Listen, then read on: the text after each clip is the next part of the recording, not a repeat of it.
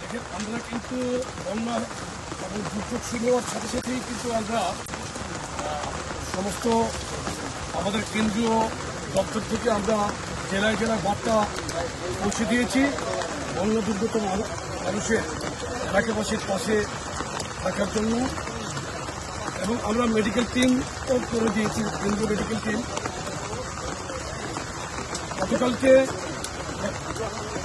গতকাল আমি ঢাকা থেকে চট্টগ্রাম এসেছি। আজকে সকালে রওনা দিয়ে শহর থেকে বাঁশখালীর এই বাহারছড়া ইউনিয়নে আসলাম।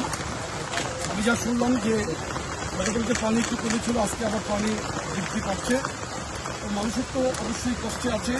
সরকার যথাসাধ্য চেষ্টা করছে, কেন্দ্র থেকে একজন মন্ত্রীর দায়িত্বে। এবং আমরা যুবদলের পক্ষ থেকে যারা তারেক রহমানের সবসময় যে আমাদের কাছে নির্দেশন থেকে মানুষের পাশে থাকার জন্য কিন্তু রাজনীতি, সেই আলোকেই আমরা গতকালকে চলে এসেছি। এখানে বিষয়টা দেখভাল করছে আমাদের উপজেলার আবু আহমেদ, জেলা নেতৃবৃন্দ সার্বক্ষণিক এটা নেতৃত্বে তাদের নেতৃত্বে এসেছি। আমি এখানে ফিরে যাওয়ার পরে কিন্তু আমাদের এই কাজ চলমান থাকবে। ভাই, এখানে আপনারা কত পরিবারকে ত্রাণ সহায়তা প্রদান করলেন? আমরা 750 আমাদের রেডি ছিল, আর আমরা আরও আমাদের সাধ্যের মধ্যে আরও চেষ্টা করছি।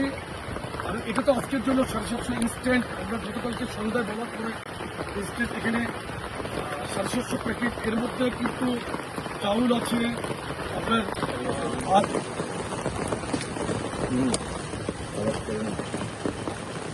এখানে আমরা কিন্তু প্রত্যেকটা প্যাকেটকে অনেক আমরা প্রয়োজনীয় সামগ্রী দিয়ে কিন্তু আমরা এখানে ভালোভাবে দিয়েছি।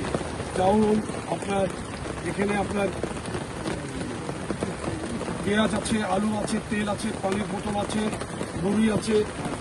এভাবে প্রায় 9-10টা আইটেম দিয়ে কিন্তু আমরা এটা করছি, 10টা আইটেম দিয়ে। সুতরাং আমরা সারিলিঙ্গ রেখেছি।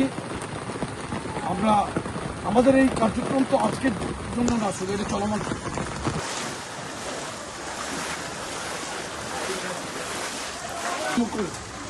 না